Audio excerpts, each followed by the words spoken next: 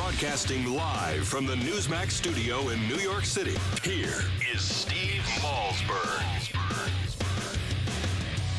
The game of politics, they know what works for their people and the voters, and they just keep repeating the same tactics over and over. But that's my question, is that this is not working with the voters and never has. So why are they handcuffing themselves to this dead hooker of an issue?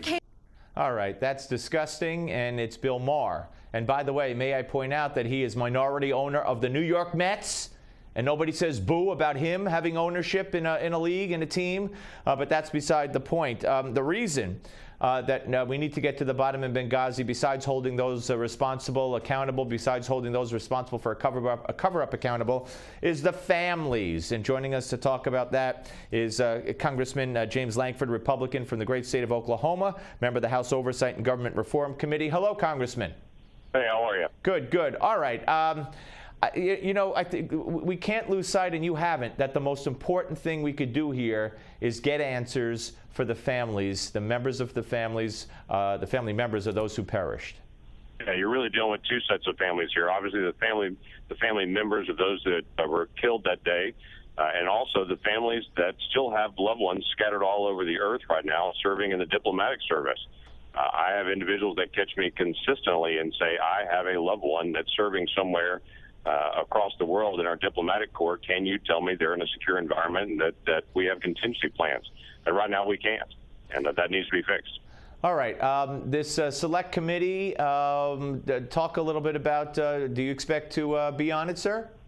That I don't know. Obviously, the members of the select committee will be chosen by Speaker Boehner in the days ahead. But the main focus of that select committee is going to be combining all the work of 5 different committees that have done parts of the work, and then trying to get all that together to be able to centralize the investigation, and then also to be able to get the answers. We've also obviously got a White House that they give us documents when they feel like giving us documents rather than actually when we request those. You know, Trey Gowdy said over the weekend that he has proof that there was an effort to mislead. He said he can't divulge it right now. Will the select committee get the answers that they need, do you believe, or will there be a whole bunch of, national security, executive privilege? There's an investigation going on now. I know in Congress and Justice, I can't talk about that. Will there be more stymieing, or will there be more answers than stymieing, do you believe? Oh, I think the administration will continue to be able to slow down the whole investigation as much as they possibly can. The key is that we've got to be able to stay on focus and know this is the unique work of this select committee, and you've got to be able to get to it and get it done. And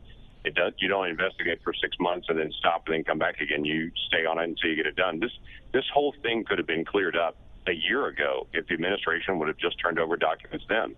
The reason this is still a story is not because Republicans are trying to make politics of it, is that the administration still won't turn over basic documents, like an email that we requested almost a year ago now that we finally get last week. So that's the kind of stuff the administration is doing. They're keeping this in the headlines by not just allowing us to rip the Band-Aid off. Let's fix what's happening and move on. Yeah, and you got it last week because of a court decision, not because of goodwill on the part of the White House. So that's telling as well. The fact of the matter is that a lot of people are saying that the timing of this is to get Hillary. But are you going to have, or do you think that Select Committee should have the parents of those who lost loved ones in Benghazi, 2 of whom we've had on this show, who said that Hillary went close to them and said into their ear, we're going to get the guy who made the video. And this was days after the tragedy, and this is what she told the families still at that point. And let's also not forget, Congressman, I'm sure you're well aware, the president and the Secretary of State at the time made a video of their own at taxpayer expense, apologizing for the video that aired at least in Pakistan that I know of. Right, and it is. And I want to be very careful with the families. The families have been in front of our committee before. The families have attended multiple hearings. Putting the family members back on the stand again is incredibly difficult for them. I want to be able to continue to protect those families. But I do think we need to have individuals that were making decisions in the White House, that were in the State Department, that were in our military locations. We need to get some very clear things. I don't think it's that the military was told to stand down. I think they were never told to advance.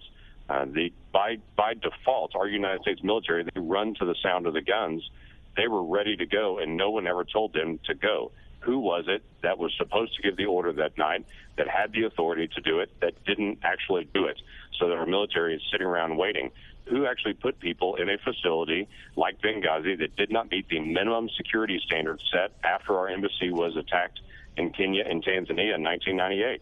Who was it actually took away the security personnel that the embassy continued to request, took away those security personnel in August, so that our ambassador is completely exposed in September when he's attacked? Those were individuals that made those decisions, and they're to be held to account. And the fact that the president was not in the Situation Room, as we found out with that character who talked to Brett Baer on Fox, the one who said, "Hey, it was 2 years ago, dude," the former NSC spokesperson. I mean, you know, what could be more important at that point in the president's life than what was going on in Benghazi? Yeah, people lose track of the fact that an ambassador is the official designee of the President of the United States. I mean, this is the voice of the United States in that country. And for one of our embassies and facilities to be attacked, and for the ambassador to be missing, and to also have the White House missing at the same time, as far as the president, we don't know where he was. We still can't get the schedule, still don't know what's going on. Ultimately, he is the one that has to make the decision to be able to send Americans into harm's way. We don't know who made the decision or who didn't make the decision, and what the process, what happened, did the message know to the president? Was the president available? What happened? Okay, I hope we're not losing you on the cell phone, but let me ask you about Adam Schiff. Adam Schiff said that he's debating whether or not he believes Democrats, actually he said that Democrats should not go to not participate in the Select Committee as a form of protest because this is a witch hunt. I'm paraphrasing what he said. Can you picture Democrats not participating here? I can picture Democrats walking out of a meeting and not being available and trying to make the political show out of it. I can see that. The problem with that is the American people aren't buying it. They may appeal to their base, and their liberal base may jump up and say, way to go, way to walk out on a hearing, but the rest of the Americans are going to say, are we never going to get the facts? Facts are facts. Facts are not Republican facts or Democrat facts. The facts are not coming out. Just bring the facts out, and so people can make a decision, and people will actually see it. Let me give you one clear, for instance. We still do not have public access to the closed-circuit television that happened that night in the embassy.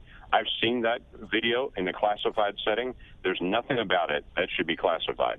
People should be able to see exactly what happened that night, what happened as you look down the street, and to see there is no protest, there never was a protest. You watch the militia folks that are supposed to guard the gate walk away from the gate. You watch all these thugs walk into the facility and actually set fire to the first building, and then stand around and try to figure out what they're going to do next. I mean, this was not some highly coordinated military operation. These were Libyan thugs that came through the door to do us harm. And as they came through the door, you can see clearly exactly how they were planning and what they were trying to do. And you understand if we'd had just a few more folks there to provide security, our ambassador would still be alive today. Let me ask you, Congressman, about the IRS. A vote in the House this week regarding Lois Lerner? That's correct. Yeah, the committee that I serve on has also been a part of that. We've recommended a contempt of Congress for Lois Lerner. She came before our committee and said, I'm going to take the fifth and do silence after she did a long statement, after she's met with the Department of Justice, after she's made public speeches, and now she suddenly decided she doesn't want to answer questions. You can't do that. So all these you believe that circles back to her office. You believe that she will be held in contempt. Now, her attorney had requested to address the committee, I think your committee, if I'm not mistaken, maybe I am, prior to the vote in Congress. I don't think that's going to happen. Do you have any idea what he wanted to say? No, I think he's just trying to stall again. I think it's just a matter of, hey, let's visit, let's talk about this before you do a contempt vote. The issue is not whether we're doing contempt. The issue is she has to be able to come up with the facts. She's demanded all this stuff from Tea Party groups, but then actually won't speak and answer questions after she's made a statement.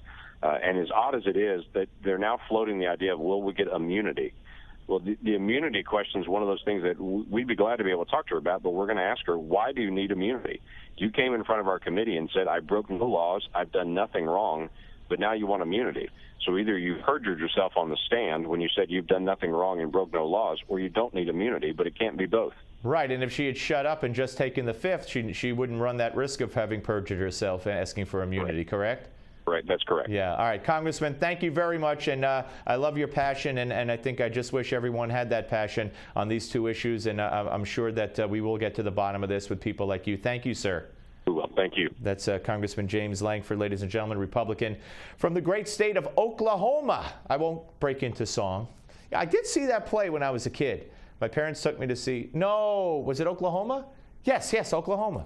I don't remember the name. Big baritone guy who won all kinds of awards was in it. Anyway, that's neither here nor there.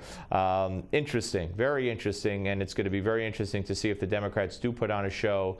And of course, they'll have the media in their back pocket, baby. Yeah, you walk out, you do that. This is a show. They're out to get Hillary. That's all this is about. We'll see. It's going to be very, very interesting. Can't wait for the announcement on just who is on that select committee and who the chairperson will be. On the Steve Malzberg Show, Give Me 5 is next. Don't go away.